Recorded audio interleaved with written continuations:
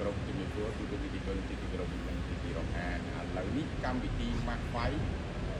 ឈានមកដល់សប្តាហ៍ទី4បាទហើយបងប្អូនយើងបានជ្រាបហើយថាកម្មវិធីម៉ាក់ហ្វៃនេះយើងត្រូវជ្រើសរើសបែបប្រភេទនៅក្នុងគីឡូហុកឲ្យបានរហូតទៅដល់8សប្តាហ៍ដែលយើងត្រូវរកម្ចាស់ជើងឯកប្រចាំសប្តាហ៍នីមួយៗដែលត្រូវជំរុះរកបែបប្រភេទមួយរូបប្រចាំសប្តាហ៍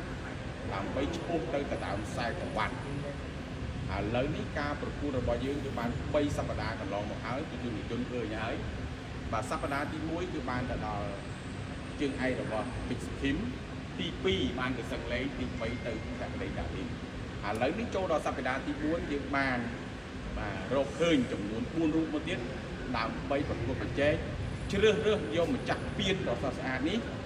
ដើម្បីជាបេក្ខភាពទៅដណ្ដើមខ្សែក្រវ៉ាត់ឥ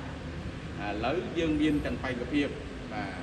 ក្មេងគេហៅថាថ្នាលនៅក្នុងគីឡូហុកហើយទាំងគេថាសេរីចាស់រួមគ្នាដើម្បីប្រកួតប្រជែងបាទព្រោះជាទូទៅការប្រកួតបើសិនយើងអត់មានថ្នាលអត់មានក្មេងយើងយកតែបេក្ខភាពដែលមានសមត្ថភាពមកតែម្ដងវាបាត់រូបភាពហើយអញ្ចឹងយើងត្រូវជ្រើសរើសឲ្យមានវ័យចាស់ឲ្យមានវ័យក្មេងហើយរួមជាមួយនឹងប្រហាក់ប្រហែលគ្នាដើម្បីមកដណ្ដើមឥឡូវនេះដើម្បីកុំឲ្យខាតពេលយូរ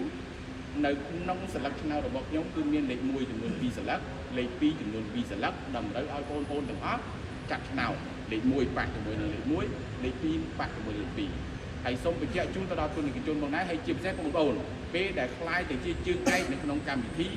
សូមរក្សាគីឡូជាពិសេសបងប្អូនទាំង3រូបនៅខាងក្រោយបាទត្រូវរក្សាគីឡូឲ្យបានល្អជៀសវាងកុំឲ្យខូចកម្មវិធីក្នុងនាមយើងជាម្ចាស់ជើងឯកប្រចាំសប្តាហ៍នីមួយៗក៏ជាបេក្ខភាពដើម្បីត្រៀមទៅដណ្ដើមខ្សែក្រវ៉ាត់នៅថ្ងៃអនាគតជាពិសេសគឺត្រូវថែរក្សាគីឡូនឹងឲ្យបានល្អបំផុតនេះគឺជាកីឡាករអាជីពបាទឥឡូវនេះស្លឹកឆ្នោតមានចំនួន4តោះចាប់ពីខាងនេះមកមុនមុនឈៀងឡាយកណាលឺផងបាទតោះត្រៀមបើ1 2 3តាណ៎មុនឈៀងលេខ2សេងទីលេខ1បាទឡាលេខ2តោះយើងប្រយ័ត្ននេះឡាមកខាងនេះបាទត្រៀមមកខាងនេះបាទឥឡូវនេះមនុស្សយន្តបាទជួបជាមួយនឹងសេងត្រីមុនឈៀងជាមួយនឹងឡាឥឡូវ2រូបយើងរកឃើញហើយចំនួនបាទលេខ1ប៉ះជាមួយនឹងលេខ1លេខ2ប៉ះជាមួយលេខ2រងចាំទស្សនាទាំងអស់គ្នាលើសង្វៀននៅថ្ងៃស្អែកវេលាម៉ោង3តទៅសូមទូនិកជនចូលរួមទស្សនាបានច្រើនកកតើម្ចាស់ជើងឯកនៅសប្តាហ៍ទី4បានទៅលើកីឡាកររូបណាសូមរងចាំទស្សនាទាំងអស់គ្នា